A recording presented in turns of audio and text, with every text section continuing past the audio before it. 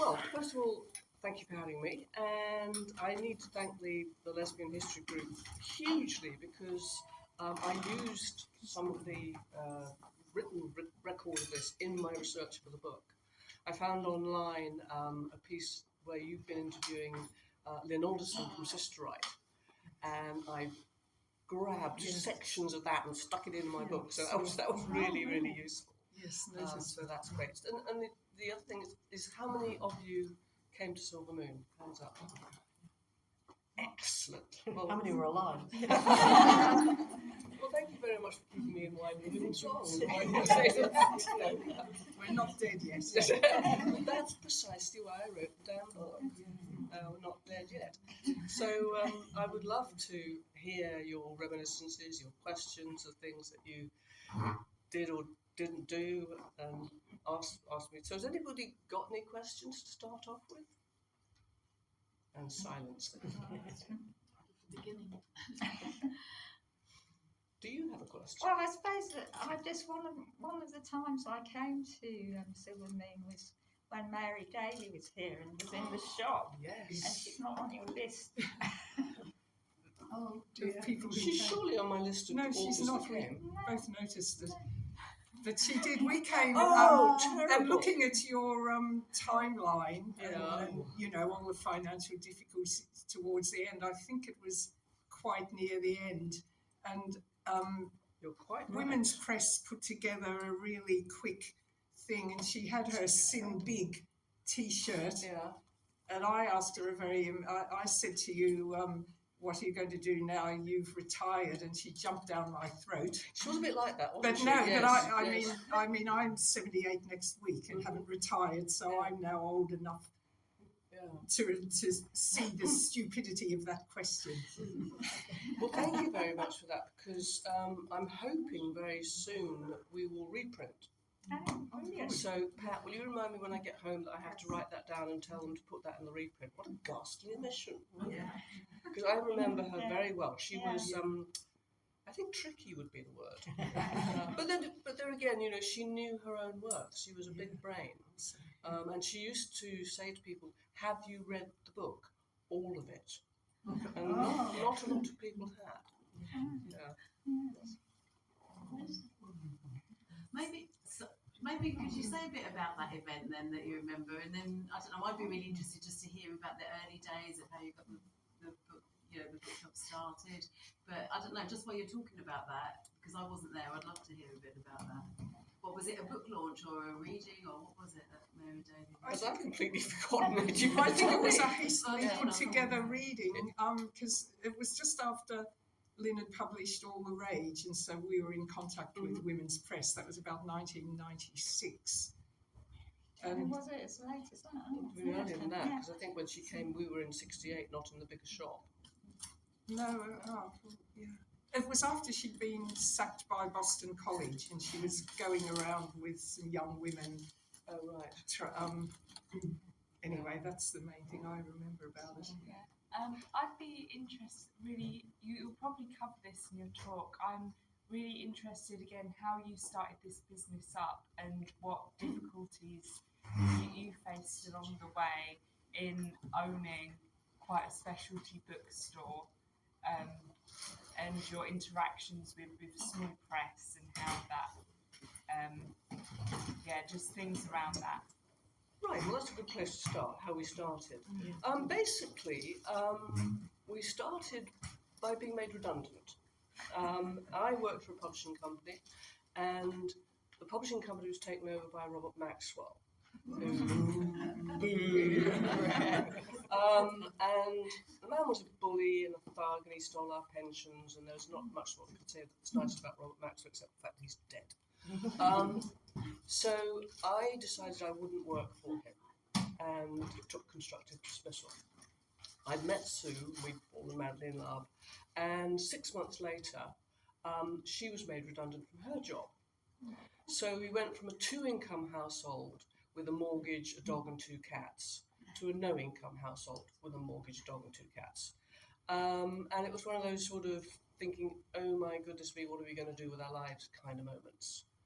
And we were up visiting Sue's parents in Llandudno, and we went for a walk on the beach. And we need a job, and we were both ex-publishing.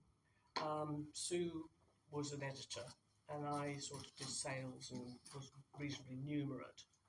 And so we thought, well, we'll open a publishing company, it's the obvious thing to do. And women's publishing at that time was just flourishing so much. Spare Rib started in 72, I'll try and get the dates right. Only Women, Virago, the Women's Press, they all started in the 70s, and Shiva and Scarlet and Stramullion and other presses were coming along. There was a ferment of ideas and authors were writing. Anyway, you need a lot of money to start a publishing company because you spend it all and then it comes back very slowly. So we thought, well, why don't we start a bookshop? Because you open the till and the money comes in from day one if you're lucky. And the politics behind that was because there were loads of brilliant authors writing and loads of eager readers wanting to read. And there were all these blockages in the middle. The reviewers weren't reviewing and the bookshop said there's no demand, which was patently untrue. They just weren't seeing it. And we thought that politically, if we opened a bookshop, that would unblock the lines. So that's how we came to the idea of a bookshop. So we had our project, that was in 1982. And then we thought, well, where? And we thought, well, what we wanted to do was we wanted to have somewhere that was central and visible. That was part of the politics and also part of the economics. So we wanted to make a statement about the excellence of women's writing, the importance of women's ideas, and the visibility of lesbians. So we started to look all around London. And the very first thing we did was we bought a map. And we put big pink stickers on it. Sisterite, the one that's tread on their toes. Compendium, the Owl Bookshop, Gaze the Word. And then every Saturday, rain or shine, we would take the puppy for a walk and wander around London looking for a place. And to say it was dispiriting would be a bit of an understatement, because if we found somewhere we couldn't afford it, or it's in the wrong place, or if we found it, the estate agents wouldn't show it to us because we had no track record. You know, the 59th version of McDonald's, yes please, that'd be lovely. But 2 middle-aged women and a dog, no thank you. Anyway, then we had our first Then the next thing we did was we went to see Sisterite, because we thought we don't want to tread on their toes. We want to have appropriate, correct behaviour. So we wrote to Sisterite and said, could we have a meeting? We were working on a concept that isn't a million miles away from you. It's going to be a bookshop with a cafe, and they had a bookshop with the cafe Sister Bite. And could we have a meeting to explain ourselves and our concept to them? And they set the date. I think it was in June 83 or something. And literally a couple of weeks before that, we saw this advert from the GLC advertising 2 shop units on Charing Cross Road for bookshop use only, with a 10% reduction on market rent. So we rushed off to see it, and it was an absolute tip. The electricity was dangerous, the shelves were filthy, there was a toilet downstairs that you thought some sort of ectoplasmic thing was going to leap out and grab you by the throat. And there were loads of syringes in the back alley from where the drug addicts had been shooting up. And we thought, this is wonderful, this place will be ours. And then literally 3 days later we went to see Sisterite, but our whole notion had leapt ahead. So we said, not only are we come to talk to you about the concept, but now we've actually found a site, and it's in Charing Cross Road, which, as you all know, was the best book-selling street in the country, the best book-selling street in Europe.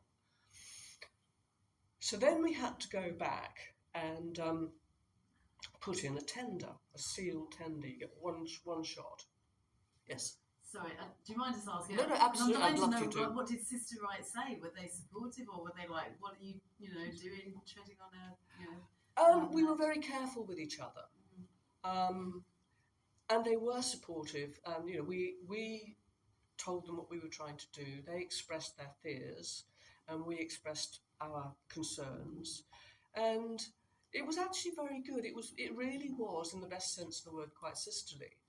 And we had a proper discussion, and it ended with warmth and, well, good luck, and we said, and the main thesis that I always had is that a city of 6 million people plus a massive tourist trade can and should support 2 women's bookshops, and so it turned out to be.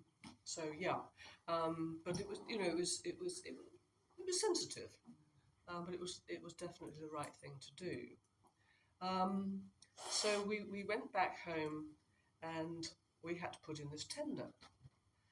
And how much could we afford to bid it up to get the premises, and how much could we afford to keep it low in order to be able to survive? It was a really tense moment, and we were very unsure that we would get it.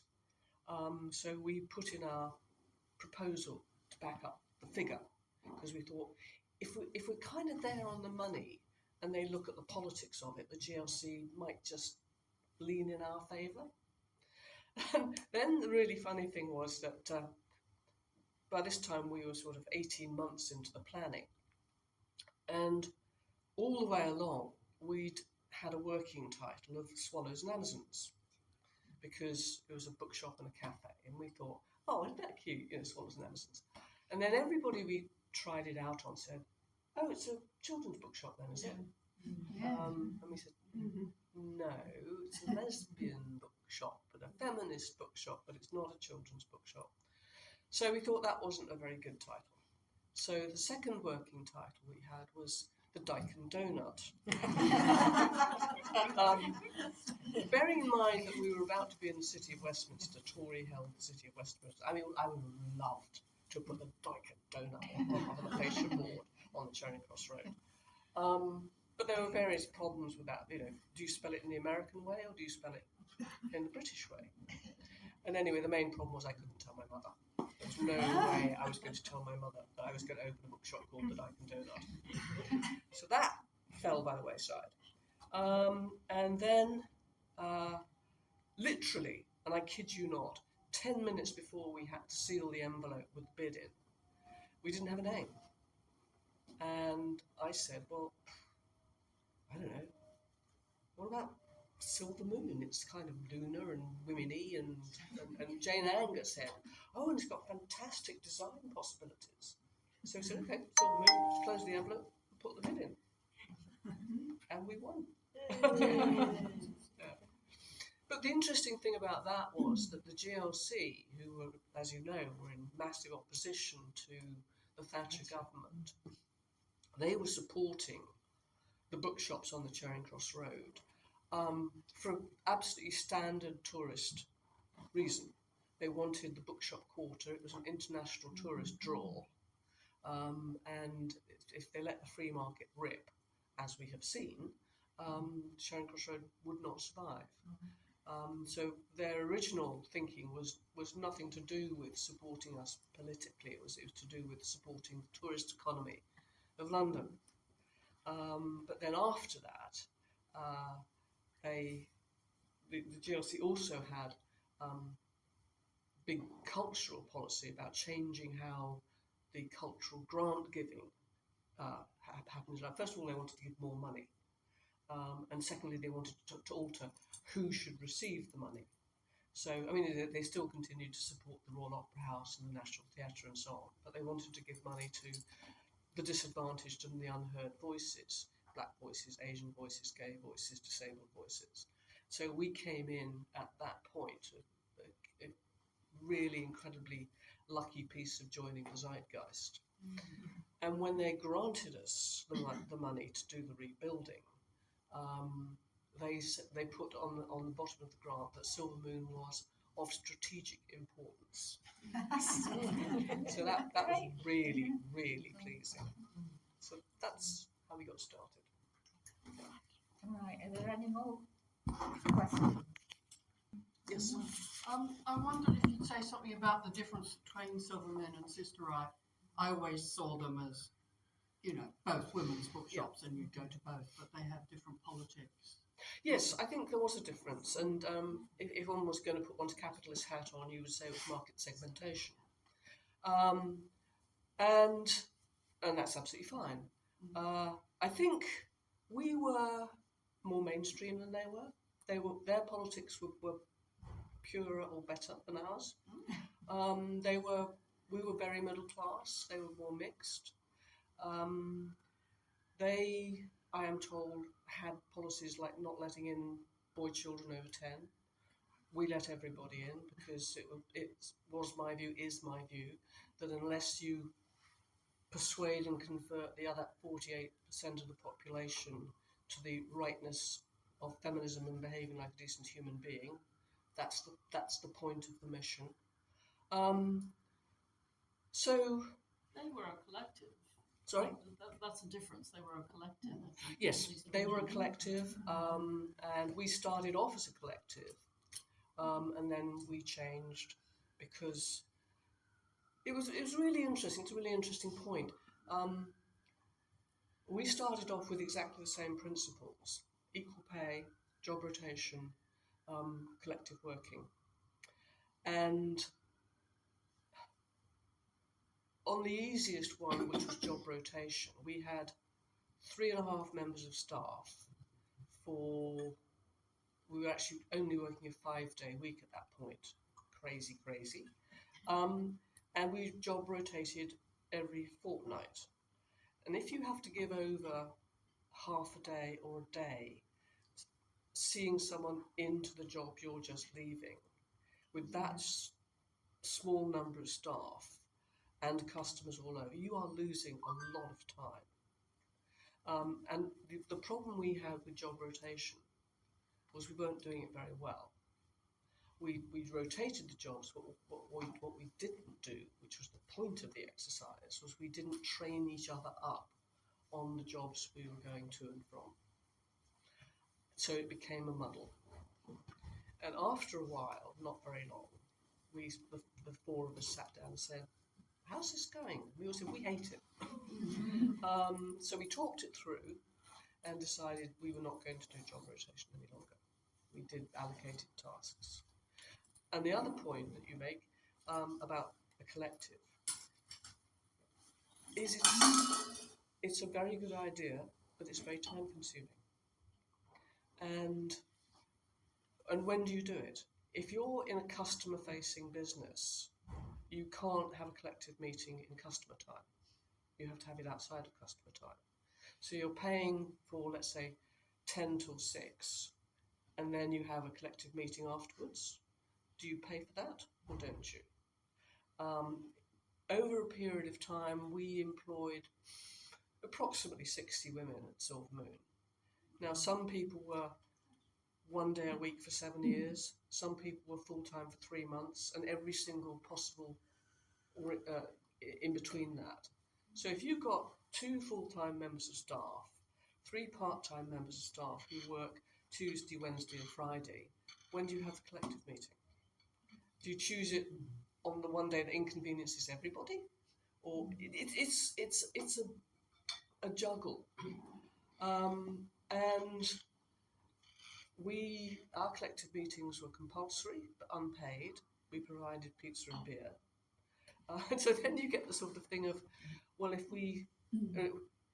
if they were to be paid, should we talk a lot and get more money? No,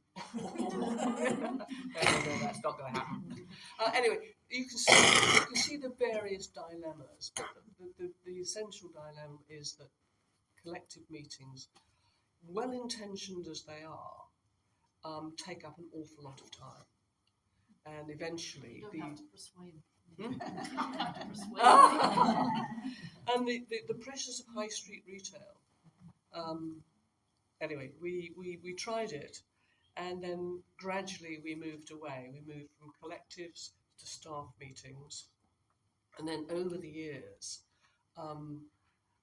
you had staff differentials. I mean, Sue and I were there full time all the time. And other people came and went. And so then the staff meetings became staff dinners around the corner, which of course the shop paid for, that's fine. And eventually, if we were too busy or something, there was death by memo from me, sort of saying, well, we haven't got time to do the meeting, everybody's too busy, and please, this is what we want to have done. So yes, it was a very much a learning process, and the thing was that the ideals of the question was, the ideals of the women's liberation, do they actually work in practice?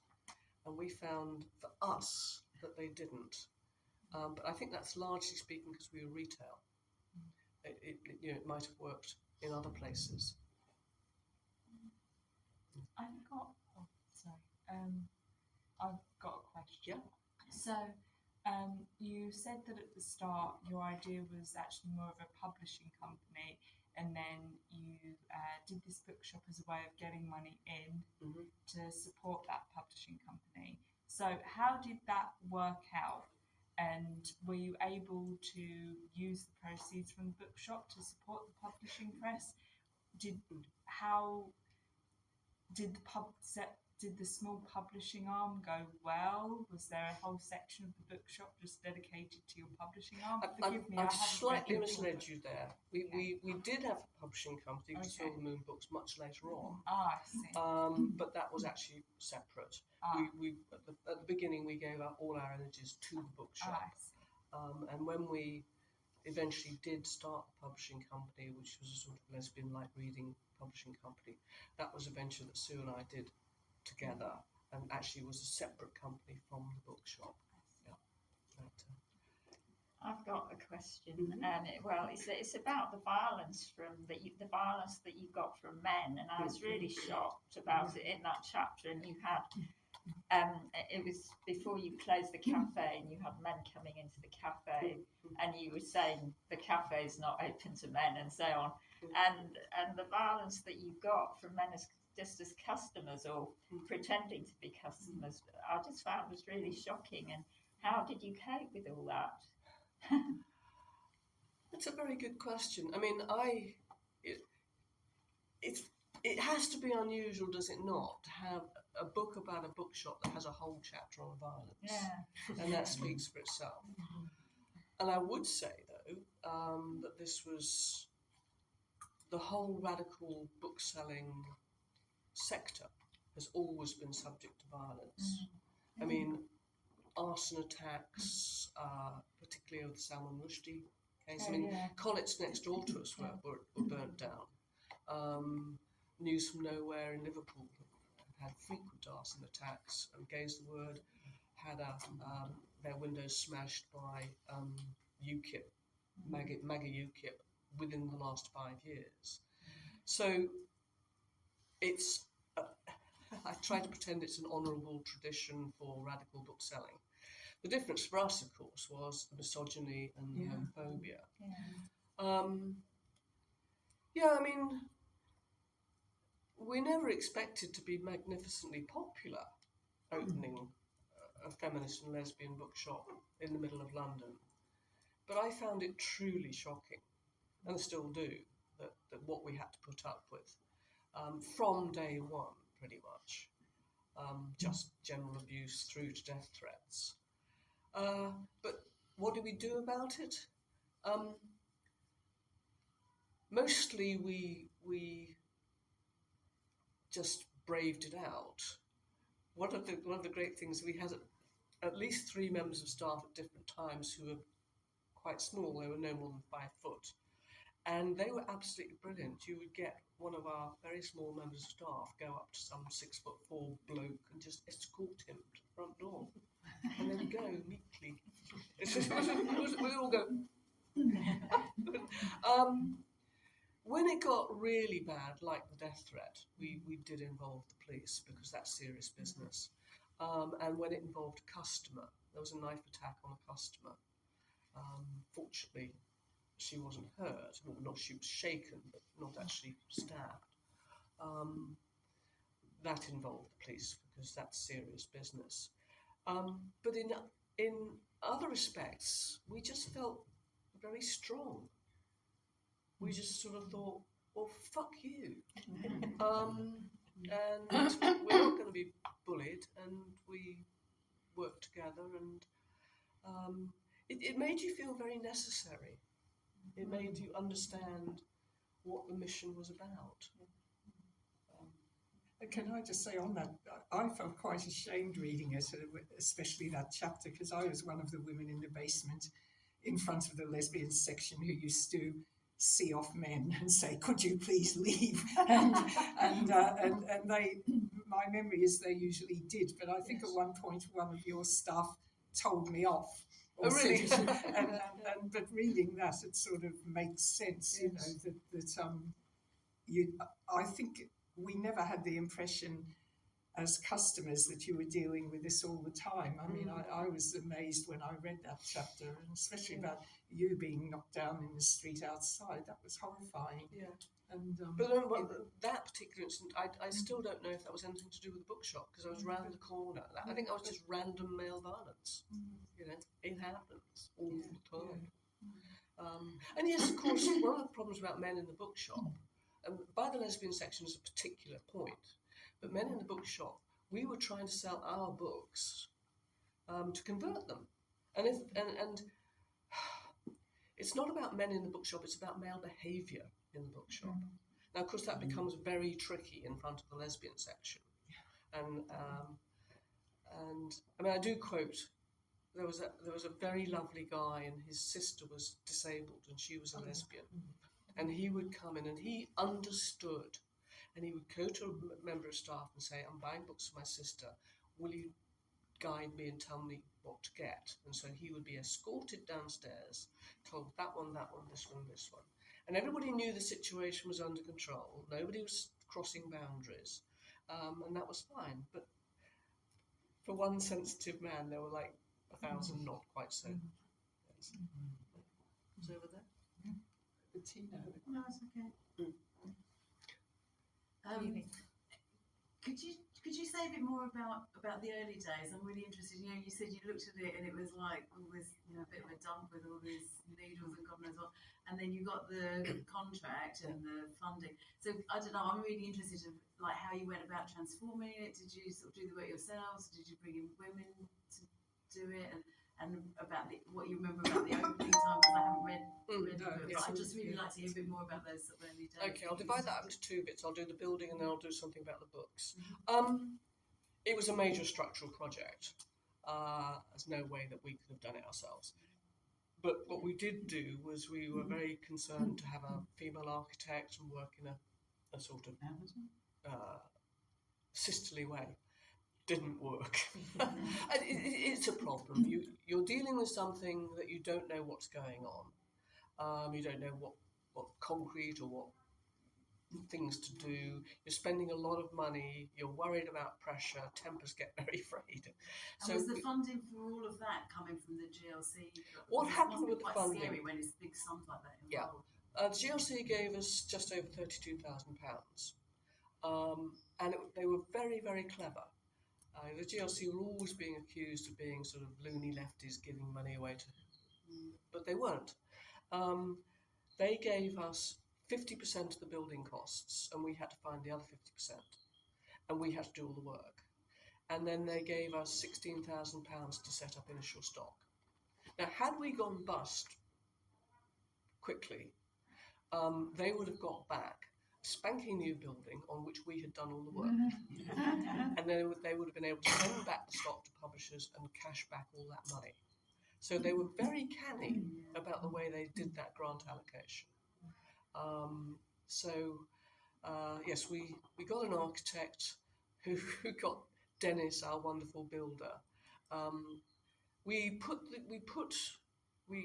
sent the specification out for contract to 5 firms. The 2 women's firms didn't respond, and the other 3 came back and we chose Dennis. Sorry, No, it's fine. So yeah, we tried to employ women where we could. We had Pam and Penny from Carpentry Overboard, who were brilliant. They did the wood fittings.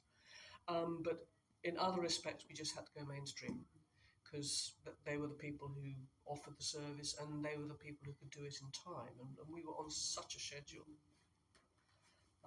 And then, of course, you've got the building, you make it acceptable, and then you have to fill it with books. And that was hilarious. And this was where our background contacts of working in publishing came in handy. So we were seeing reps from all the major publishers, obviously the women's publishers, and we had to see them at home because the shop was a building site. And it sounds a lovely job, but it's actually exhausting. If you've got Penguin, for example, with the number of books they publish, you could spend 5 hours non-stop going 3 of this, 4 of that, 10 of this, blah, blah. And making those decisions over and over and over and over is really, really tiring. At least that's my excuse. Because right at the end of one of the days, Penguin rep said, "George Eliot," and I snapped, "Why are we looking at books by Ben?" And there was a rather long pause as it was decided who was going to tell me. But in my defence, there was another book which was about women in India working in the textile industry. And the book was called Hidden Hands. And Sue said, "Why are we buying a book on masturbation?" I rest my case.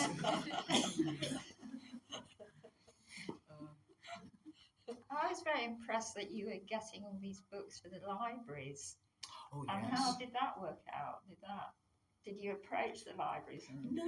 No. All our library business was very reactive. Yeah. But again, that was part of the wonderful time of left-wing councils trying to change the game. Yeah. And I mean, I think the first library order we had was from Lambeth, which was in today's money, 36,000 quid. And that's a lot of money. And we just sort of got the books, packed them all in, sent them off, got the money. It was absolutely brilliant. So there were these chunks of money coming in. Not only that, it meant that these books by and about women were going off to various parts of the country to be utterly available for everybody else. It was really exciting. That was a very wonderful moment, a very good, useful piece of turnover. Did that continue then? No, it didn't, because more and more as Thatcher pressed down on local councils, their budgets were cut, and the whole thing was squeezed out. Yeah. Sort of the netbook agreement. The evil netbook agreement. Well, the netbook agreement sounds very boring. Basically, it was an agreement that happened in about 1900 between publishers and booksellers, that all books, wherever they are sold, should be sold at the same price. And the idea behind that was you have an equality of competition on price, because it's not like, I don't know, all booksellers have the opportunity to sell all the books. So you're in direct competition all over. And then, again, it was partly due to the sort of... Is that mine? No. Due to the sort of free market thinking of the Thatcher government, that these things, restrictive practices they called them, should be ripped up. Now, not every country did this. America, for example, has something called the Robertson-Patman Act. So, the home of free market economics, they had a restriction. The Germans still have a restriction. The French still have a restriction.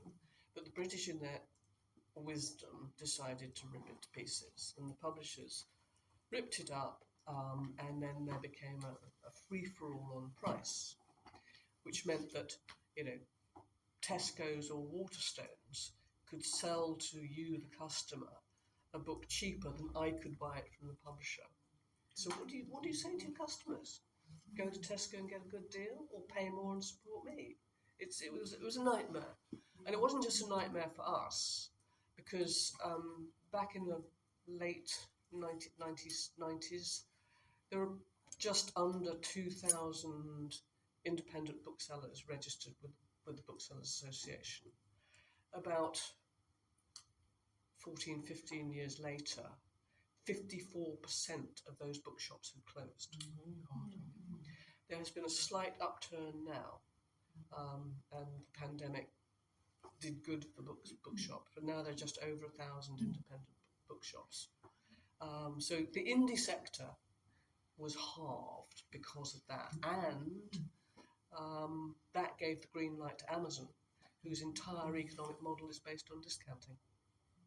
So that was sort of mass slaughter. What year was the net book agreement? Sorry? What year was the net book agreement torn up? Well, approximately. 96, 94. That's I've got it here somewhere. Just sort of a general Got a whole idea. chapter on it.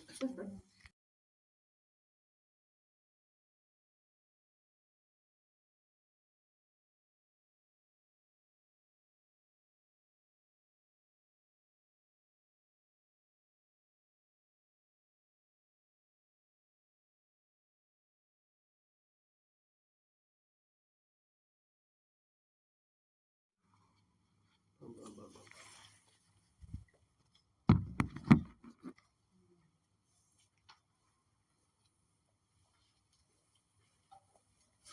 96 or 98. Can't remember. Yeah. Yes. Yeah.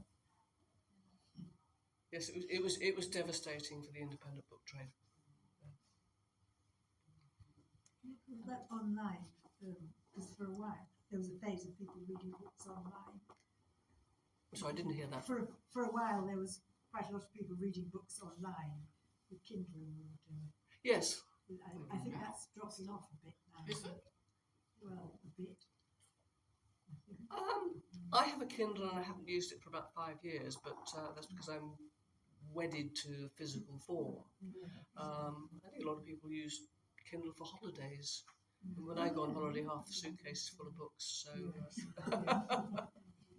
I'm kind of weird because I have a Kindle and I use it a lot, but I would never take it on holiday because I'm far too scared of that thing breaking while I'm on holiday. and then you'd be properly having stuffed. nothing to read. Yes. that's an interesting turning around, isn't I it? mean, the reason I used to go to Silver Moons all the time, and it was recommended by my college as the official, that's where we should get all our books for my course that I did. And I believe in physical books. But it's just a question of how much space do you have in your house to accumulate more books. That's why I go to the library and I buy a lot of Yeah. Kindle books because they don't take up the space. I have that problem too. Yeah. I have a sort of wall of unread books which is steadily marching across the carpet in my living room. It never seems to get any less. I read them and then I buy some more. And yes. I still have loads of clear. You talked about your publishing business, Yes. because I was one of the customers who came in hugely when you had to sell off everything at the end, and I've got so many Claire McNabb books and all those. I love all those rubbish books. I don't think they are rubbish. They're I so had a hilarious entertaining, and I time, yeah. can't throw them out. I had a hilarious time the other day. I live in a first floor flat, and I was flooded because a downpipe outside broke. All the water came through an air brake. I was running backwards and forwards with saucepans trying to catch this water. Anyway, it was futile. And the bookshelf they came down was my lesbian pulp bookshelf. And so indeed they did become lesbian pulp. And I had them all over my floor drying out, and it stank and it was horrible. And anyway, I thought that actually there is no way this lot's going to dry out. They will have to go. I kept one or two. I was heartbroken. I had a signed copy of Desert of the Heart from Jane Rawle. That I've kept. It's damaged.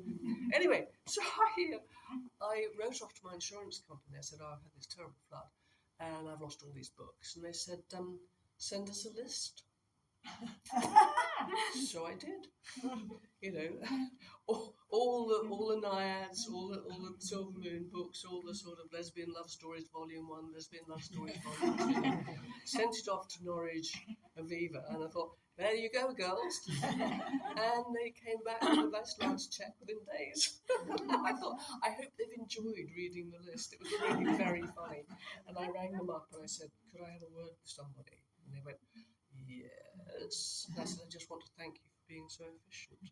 I really hope that they read the list and thought, yeah.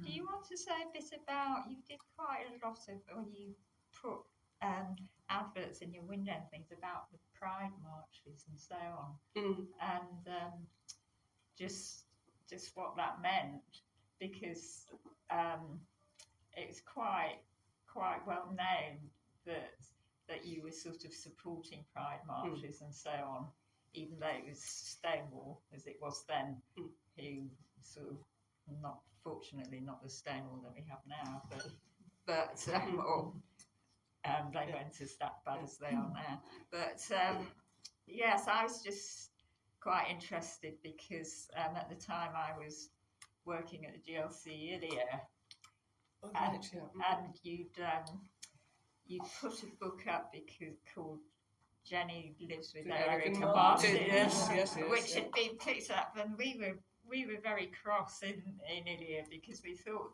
that book cover looked like a sort of almost a paedophile cover, because she was in bed with these two gay men, and said, "Oh no, we can't have this book in the libraries and the things and all that stuff." So that was just our response at the Inland London Education Authority, because I wasn't employed to actually, I became a manager, finally became a sort of top manager doing the budget, but actually to represent lesbian and gay rights at the time that I worked there originally in 2005, and then it all got shut down, and then it moved on. But yeah, well, that's really interesting. I'm going to divide that into two parts. We were visited by the police for Jenny Lives with Erica Martin because of Section 28, and because we put it in the window, and this plot. This was after Section 28 had been passed. Yes. Yeah. And so this plot came in and said, "I've had a complaint. You have to take that book out of the window." And we said to him, "If you read the law, officer, Section 28 of the Local Government Act 1988 applies to local authorities and does not apply to private business. Would you please leave the shop?" And he did, because he was wrong. That's really interesting. But yes, pride. I mean, it is different though, isn't it? Yes. Nowadays, everybody puts out a rainbow flag, and of course that's welcome. But you just think it's a wee bit formulaic. But for us, it was a really, really important time. You had hundreds and thousands of women and men coming into London for the march. We were very, very central. We had very, very good transport connections. We had a toilet, which was very, very used. I'm glad to say the till was used about as much as the toilet was. And people would come in and buy a year's supply of what it was they wanted, videos or T-shirts or books. And we were, a central place for people to meet up together. And so, of course, we splashed it as much as we possibly could. What did the T-shirts say? Oh, before I get onto the T-shirts, I did bring along this little fella. Dip me in honey and throw me to the lesbians. Oh, yes. And one of my best pride windows, which is in the book, it was the year Drag Queens of New York was published. published, and we dressed our teddy bears as drag queens with big eyelashes and big red lips, and put them in the window. I thought it was very funny. But where was I? I've forgotten. T-shirts. Oh, t-shirts, yes. Lots of wonderful t-shirts, like if they can put one man on the moon, why not all of them? That's a really good t-shirt. People always thought, oh, thank you. Yeah, look at that. Thank you very much. I loved a t-shirt which was two aliens hovering above Earth, and one alien said to the other, "Intelligent life or not?" And the answer was, "Those with brains seem okay. Those with testicles, I'm not sure about." Then there were the cards of, birth of the man who thinks he's God isn't it a rare event? Happens every day. Three wise men. Are you serious? Good old Eleanor Roosevelt. A woman is like a tea bag. You find out how strong she is when you put her in hot water. We were accused of being strident, bra-burning harridans. I thought we had a fabulous sense of humour. Did you keep any of them? Or did they all disappear? I think we sold it. Well, I haven't got much of them, no. I've got the two mugs behind every. Behind every woman Yeah. is a rather, And I've got talented the t-shirt of cat, that as yes. well. And also think the I've one got that about being a teacher and murdering a boy. I still drink coffee. My sister's a teacher. She got them for every staff room she was in. Yeah. Well, I've still got them intact and Yes. use them regularly. Yeah. No, I think the amount of humour that was going around. I mean, you can make a lot of good politics out of humour, and we did.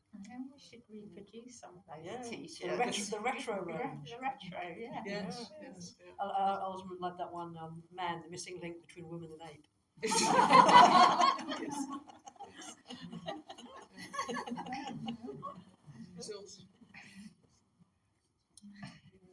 Yes. Right, other Questions? What happened to the cafe? Because when I first went to the shop, I don't think there was a cafe. The cafe, we had to close the cafe in '86. It lasted about 18 months. Oh, okay. And basically what happened was we'd given over 50% of our space, 25% of our staff, and it was bringing in 10% of our revenue. And eventually, and we loved the cafe. It was so close to my heart. But it's a question of, is the cafe going to drag us down, or should we concentrate on the core business, which was books? That was a really, really hard decision. Were you ever at the point where you were really up against it financially during this? Only at the end.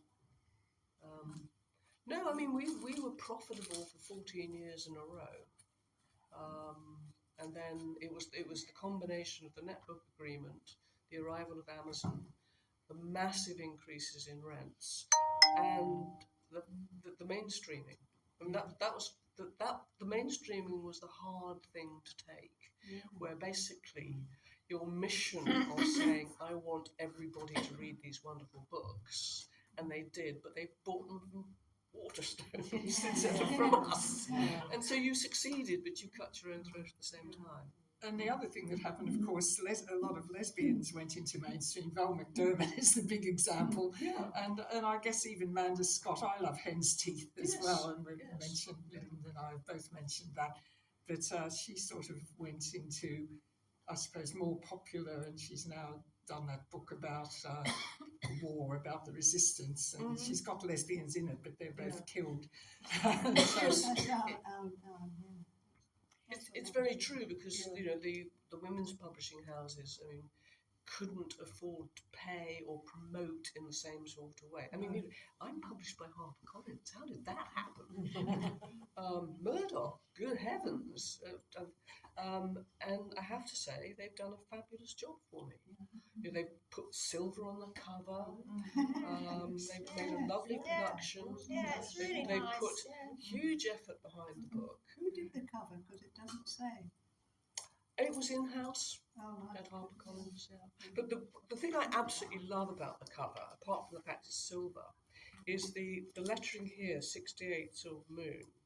That is absolutely taken from a postcard that a member of staff did for us, and they just lifted it and used exactly the same font and Yeah. lettering. So I was so pleased. Yeah.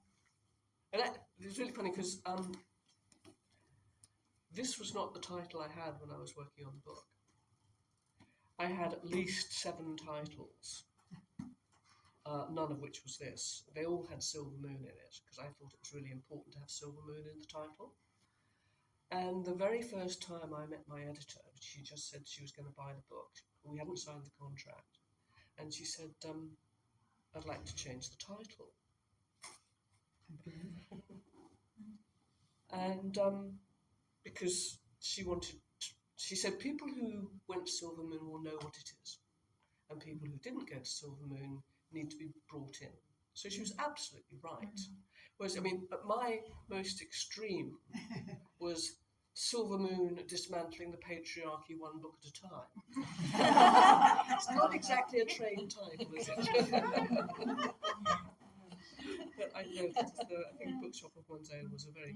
Yeah, Yes. and also Yes, because it- you'd mentioned Virginia Woolf's poster being up, Yes, and yeah, that must have yeah. really pleased you. I mean, when I came back and tested it out on various of my friends, some liked it, some didn't. But I liked it, yes. Do you want to say a bit about your star authors and signing books and so on, and how all that happened? Excuse me. I think when we started, bookshop events were quite rare. Nobody was. I mean, now they're a dime a dozen, but they were not the thing at that time. And ditto with cafes. Although our cafe was not successful, now almost every bookshop has to have a cafe. So things were changing in that sort of way. And again, it was a fortune to be so central that if publishers had visiting authors, they could just sort of pop them in a taxi and send them round. And if you're sitting in your office and they say, "Would you like Alice Walker to come?" You're not going to say no, are you? And actually, I will read a little something because I bumped into Mallory Blackman the other day. Wonderful woman. Actually, I went to an event at the British Library where she was in conversation with Jackie Kay, and I introduced myself. And she told this story in her talk, and I said, "Can I pinch that story and put it in my book, please?" And for those who don't know Mallory Blackman, she wrote Noughts and Crosses. She was at one point. She's now has been Children's Laureate, but she had terrible trouble getting published. She had over 70 rejection letters before she got published. And this is a story she told that when she was a kid growing up, the first black person that she found in literature was Othello, which is not actually a great help. But the second group of black people was Colour Purple. So she fell in love with Alice Walker, and she discovered that Alice Walker was coming to London. And guess where she was going to be? Alice Walker was beautiful and serene. Her pale roll-neck sweater and her braided hair were offset by colourful earrings. I eyed her Mont Blanc pen with envy. The queue stretched all the way down the Charing Cross Road and round the corner, remembered Linda. I tell you, it's a wondrous sight to see a queue of women and the occasional man, of all ages, all colours, chatting to each other, clutching books, excited to meet their author. And in that queue was a young black British writer, Mallory Blackman, who was struggling to get published.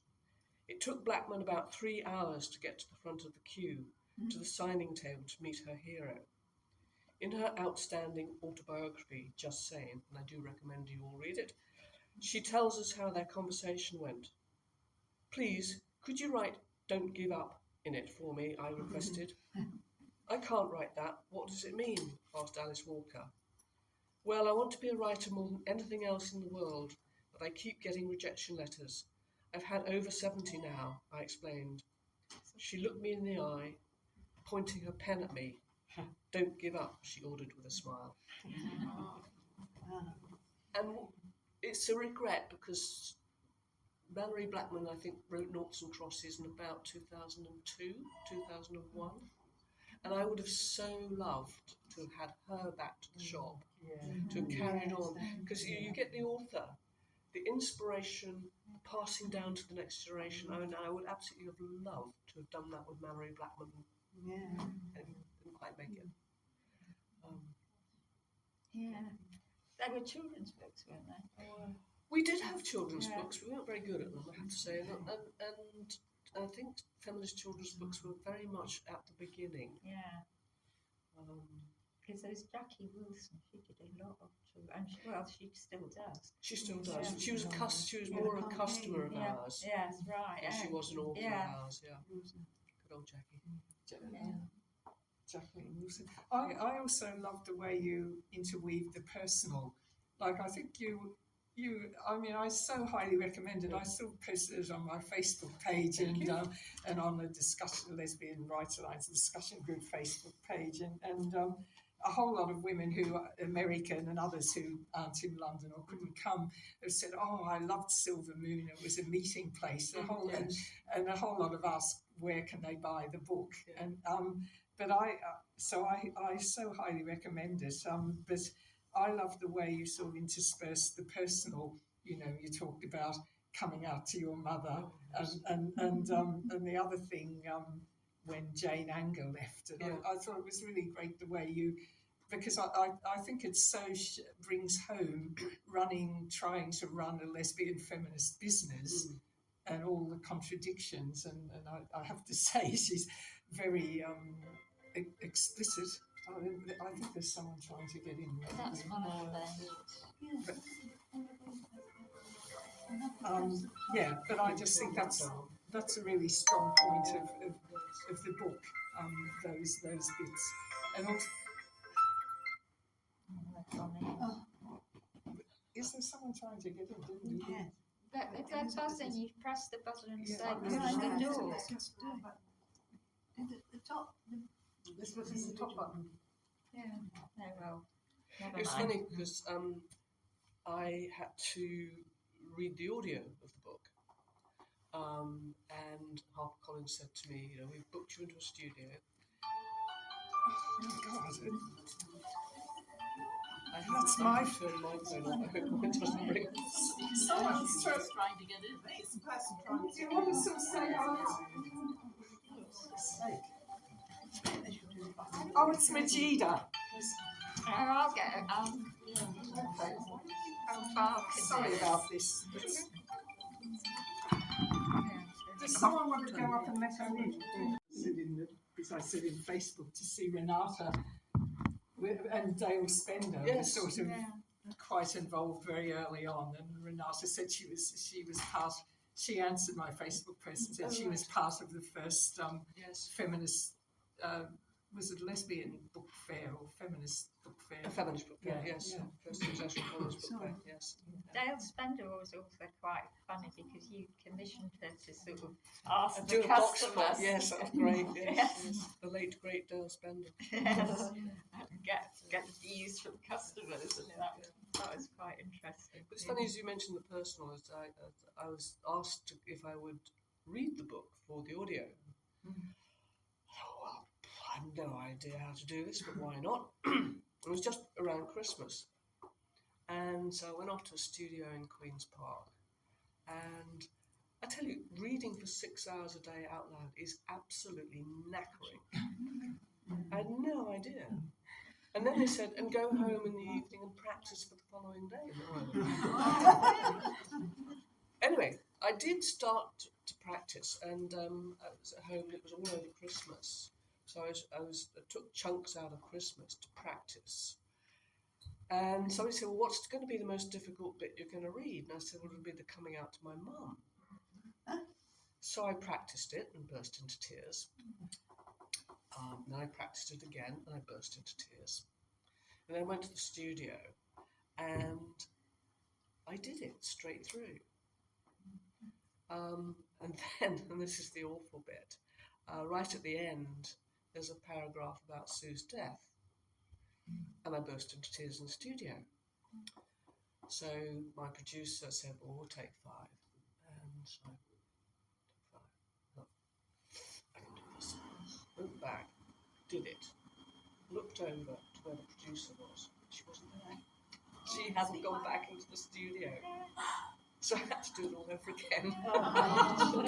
The third time I got there. But yeah, I mean, the personal is in there. And, you know, bits of one's childhood and. Some noise. It's the handwriting. Somebody's pulled the wrong thing in the toilet.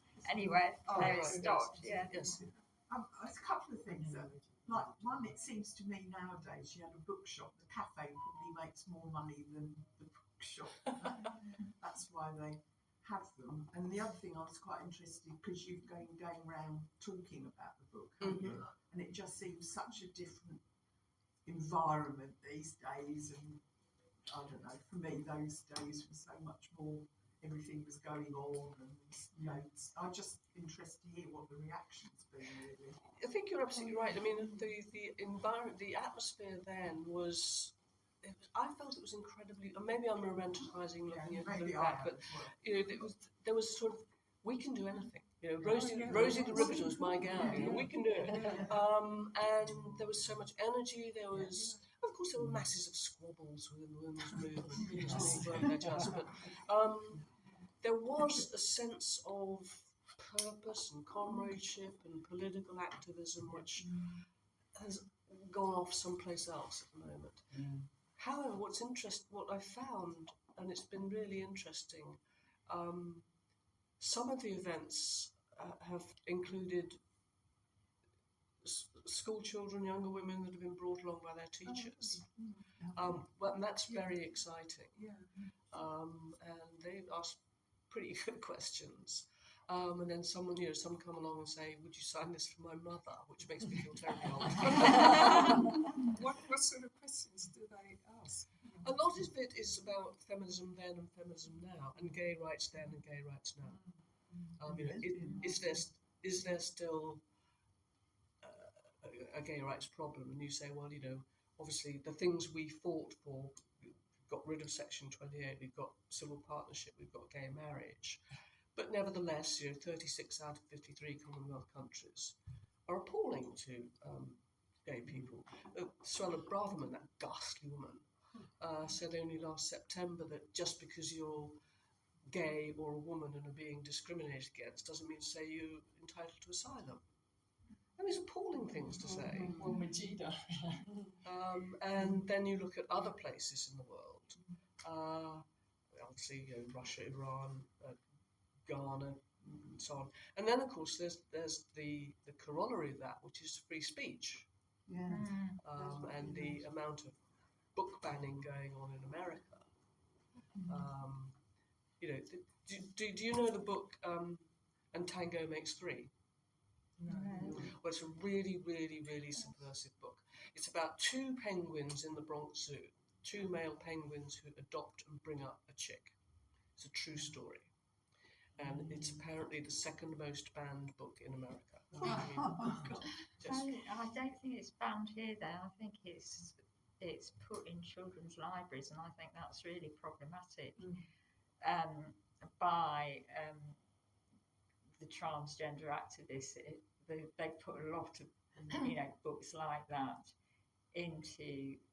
donated them to schools, and it makes it really problematic because it means that very young children think that 2 men can give birth to an egg, and they can't, and they're not getting biological information. So it's that's in real contrast. think one of the other funny things is that there's a group in America called Moms for Liberty, which is exactly the opposite of what they are. And then counter to that was another group who decided that they would protest against certain books as well. So they found a book which contains incest, torture, murder, every sort of thing that you could possibly object to, and they said that they wanted that book removed. And you know what that book was? The Bible.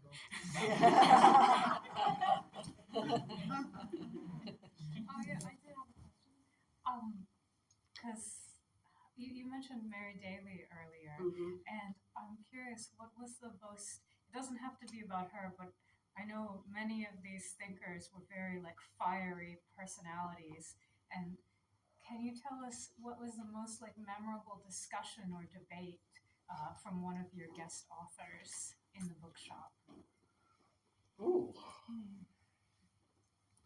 Well, that's an interesting one. Andrea Dawkins. Could well have been Andrea Dworkin, who was very fiery. And we, again, on the free speech matter, we got into a lot of trouble because some feminists hated Andrea Dworkin and some feminists loved Andrea Dworkin, and they would come in and they would rearrange our shelving. They would hide the books down the back of the shelves for the bit they didn't like. Yeah, well, I do that in Waterstones now with trans books all the time. Well, I would have to take issue with that. Pardon? My view is that you take the information and then, as an adult, you read it and make up your own mind. The problem is they refuse to stock. I have so many arguments with Waterstones about what they refuse to stock. You know, like lesbian feminist books and books against trans ideology, but they stock all the stuff for trans ideology. My argument is you stock all of it, and Yeah, you but treat they your, don't. and That's the problem. you treat your customers as Yeah. adult, intelligent human beings. You are there as the bookseller to provide information. No, because going right back to your comment about difference, because I can remember arguments about there was off our backs and then you stocked on our backs. Except off our backs was that and on in our the backs, Women's yes. Liberation newsletter? I know there were arguments Oh, back absolutely, and forth. yes, About, yeah. Didn't you have your own sort of newsletter? Yes, you did. Oh, Silverman Quarterly. Yeah, Absolutely, Silverman yeah. Quarterly, yeah. This was our mail order because it was part of the mission to go beyond the geography of London, and you know, even if you I don't know, live out someplace and you have a bookshop in your own town, but you want to buy a controversial book, particularly a controversial lesbian book. Let's say you want to buy The Joy of Lesbian Sex. You're probably not going to go in and order it from W.H. Smith in Cheltenham. So we felt that it was important for us to have a mail order, and we built up our mail order until we had 10,000 addresses on it. But of course, back then, mail order was print, post, and very, very labour intensive, quite costly. And again, that was the thing of it was really important to do, but to make it profitable was an endless battle. But again, it was partly because Sue had always wanted to be a journalist, so we said, okay, you go and you have Silverman Quarterly, and it was a community newsletter. It was a sales tool. It was a way of being in touch with of us, with our customers, and our customers and us. So it was actually a really important thing. But by God, it was hard work.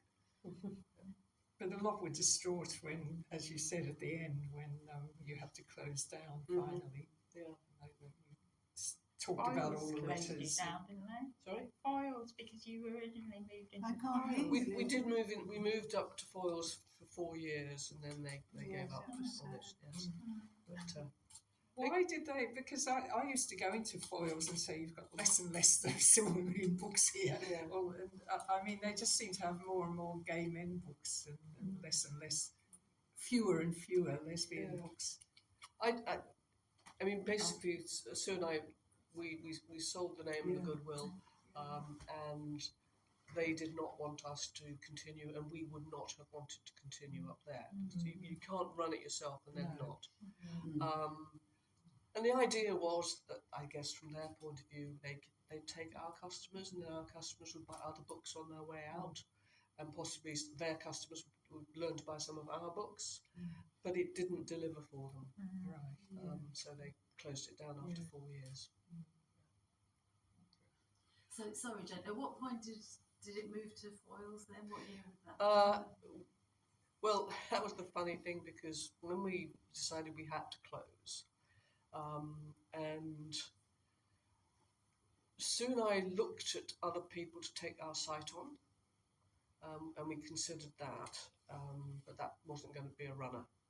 And then Sue kind of brilliantly flipped the concept and said, well, why don't we sell ourselves as a boutique shop into someplace else, like Blackwell's or Foyles or whoever. And we touted that around a bit. And Foyles were the ones who said, oh, that's a good idea. And they were in the middle of a £1 million refit. And at first they just wanted to buy our mailing list. And then right at the last minute, literally it was 3 days before our closing party, that we shook hands on the deal. So we'd announced the closure, we'd told the staff, we'd made all ourselves redundant, and then 3 days before we shook hands on it and were able to announce the move up the road at our closing party. And what year was that? It was November 2001. So just to clarify for me, when you moved into Foyles, you were still proprietors in No, that sense, no, or you no. just Soon I- basically sold them your stock or something in between? We sold them some of the stock, yes, a little bit of the stock. One member of staff went with but the rest of it just you can't live that one on. So was it just a way of disposing of your stock without Well, having to we had a sale, sold lots of that, and then the rest you send back to the publisher for credit. Clear your debts. Any more questions or points? Sorry, I've got lots of questions about Yes. it. I'm holding back. I've got so many. So, did you say you've been? I haven't sort of kept track. You've been going around talking about the book now, different events. Yes, and things. yes, I have. And I wonder, because obviously, as someone said, we are in a very, very different era now, and there's a lot of hostility to. I know you weren't a women-only space, but obviously it was a women's bookshop and you were stocking women's book. And now there's a lot of people who think that men can be women, etc. And I just wondered if how this book and all your history of Silver Moon is being received, and if people have challenges, giving you sort of challenges around that, or just because we're in such a different era now, you can hardly say the word woman without it being, I think you get a lot more violence. yeah. I think you So I get a just lot wondered, more I wondered violence about now. how it's been received. To be honest, I've got away with it thus far. No, this group of former customers and intelligent lesbians, it's the first place that's come up. Yeah, Great. interesting. What's come up? Sorry, I missed The transition. Oh, the transition, right. Yeah, because we're a sort of, anti-trans ideology group, obviously, yeah. 'cause we're- Well, no, I mean, Selling Judith Butler's books and all that right through the central part. Well, of what the- has been mostly under discussion, people wanted to talk about books, they wanted to talk about politics, fascist politics, gay politics, the violence, how to run a business. I mean, there's so much. There are many themes in the book. Yeah, no, absolutely. Absolutely. No, It was really funny because when I did the first radio interview, and again, it's just it's such a new thing for me to try and understand. And the producer rang up the day before and chatted to me, and I thought, oh, this is the way the conversation is going to go.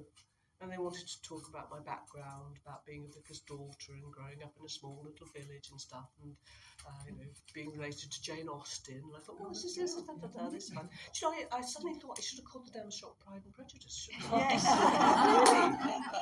How did I miss that? Anyway, so we had this conversation, and I thought, okay, I'm briefed. I now know what's going to happen.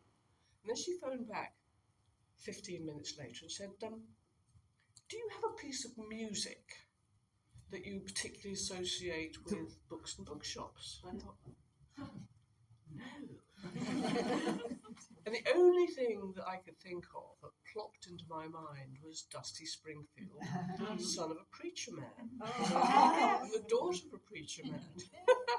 Anyway, so we go down into the studio in Cardiff, and he just introduces me, and along comes Dusty. Oh, right, this is good code.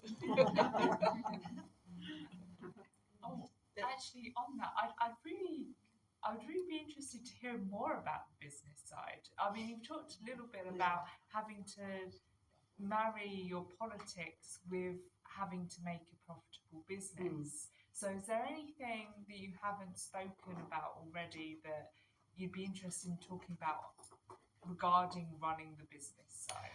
Yeah, I mean, I touched on it a bit. The closing the cafe, of course, was one of those decisions. Running the mail order, trying to make something that you knew was the right thing to do, make that profitable. And I just think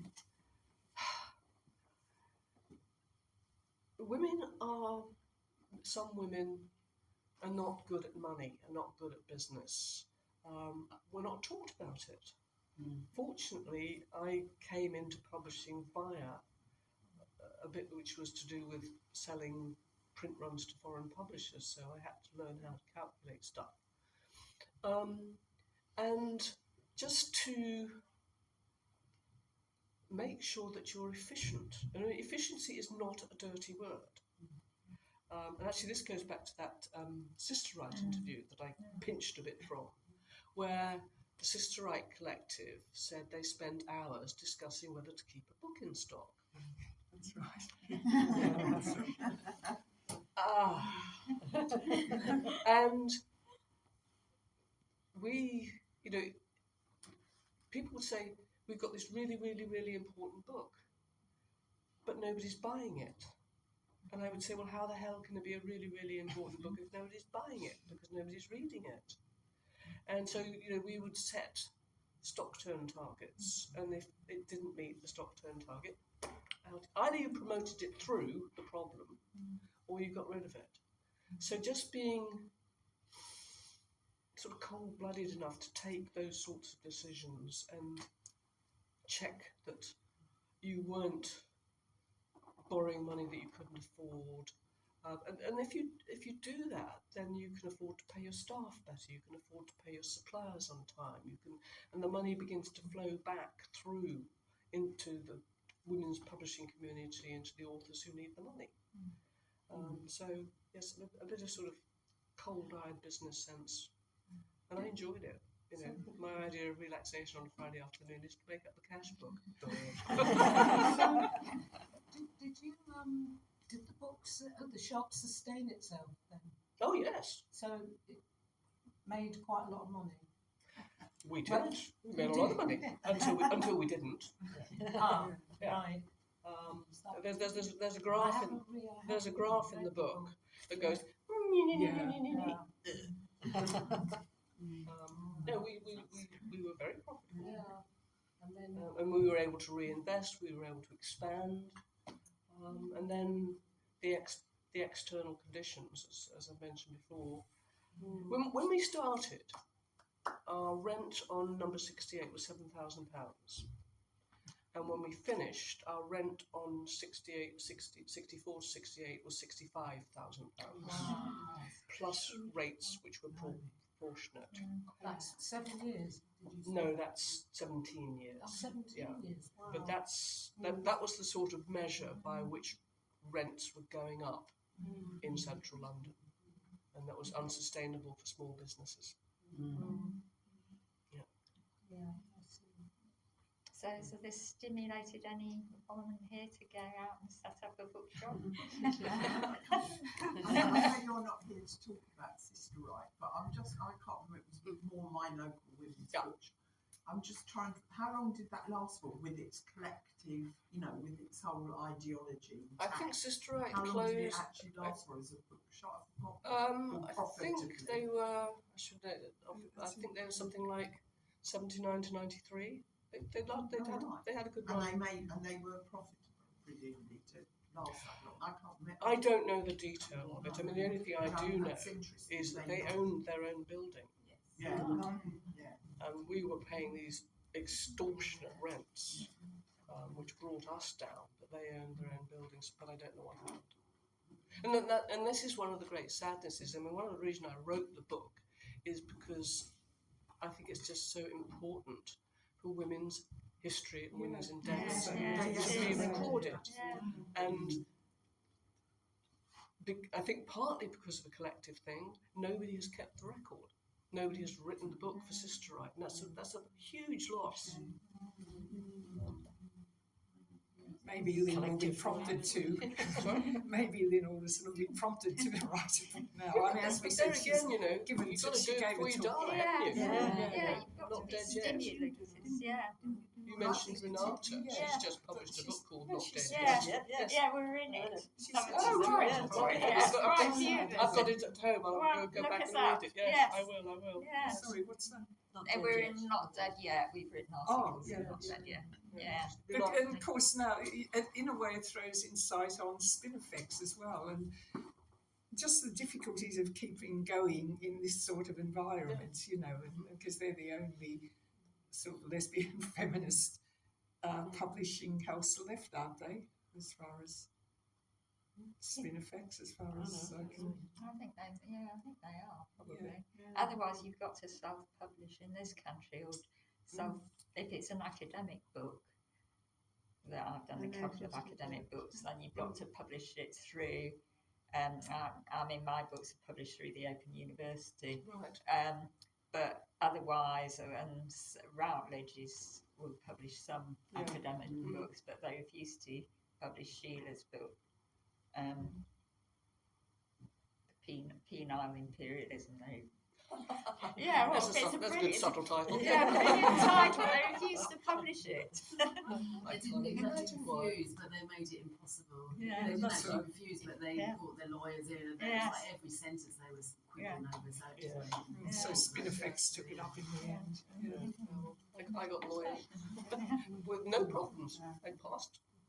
Perhaps I wasn't strong enough. Right. Can I just tell? Yes. Can I? Yeah, do. One of the joys of being a bookseller is when a customer comes and they want a book, but they're not quite sure what it is they want. And we've all done this. I go in and I have a clear vision of the book in my mind, but I can't quite remember the title and I can't quite remember the author. So you go and you sort of say, I'm pretty sure that it's by someone called Ethel and it's green. If you Stockholm for Virago, that is really not a help. And we used to rather naughtily keep a book behind the counter. We would write the funnies down. If I can remember them, these are true. Somebody came in and said, I want that book, it's about words and dinosaurs.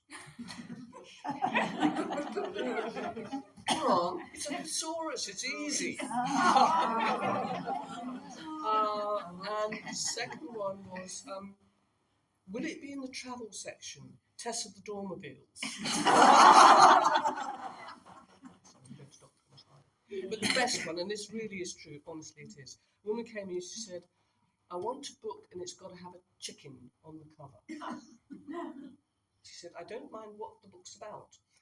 I just collect books with chickens on the cover. So we said, no problem. And we sold her Jeanette Winterson, The Passion. Check your old edition. That's really surprising and amazing. That she had chickens. I think it was something to do with the French Revolution. Whatever. Well, this is slightly off topic, but this has inspired me. So, you and Elaine were talking about lesbian pulp, like the old-fashioned, but perhaps what one might even describe maybe a little bit trashy. Oh, totally, absolutely trashy. What is your standout old-fashioned lesbian pulp that you would recommend? Like. Ruby Fruit has to be. Ruby Fruit, yeah, Ruby Fruit Jungle, because it was the first book where if you were a lesbian you didn't have to be depressed or Yes. and you could laugh and have fun. And Bannerman, that's not one. Oh, and Bannerman, that's way before. Yes. Yes. Yeah, that's Ruby Fruit. Anything like that. I mean, I would say Desert of the Heart, but that is not lesbian pop. That's That's lesbian nice literature. from Diana. But the thing is, a lot of the ones you published, I must go back and search my own bookshelves, which look like a bookshop now, Yes. but I can never find anything. But I thought they were actually quite good quality. You should have seen the ones we turned down. Yeah, but I mean, because it's so hard to get lesbian books published, and sort of more so now, probably. Well, I don't know. I think we've got a lot to thank Sarah Waters for. And last time I was in Gaze the Word, very close by, ladies. Yes, I know. Except that she has overtaken. pornography in her books, and that's the problem. You're looking astonished at me. I'm just trying to remember. Yeah. Sarah Waters. I had a big Sarah Waters, Yeah, Tipping the yes, Velvet. yeah. Yeah, Tipping the Velvet. Yes.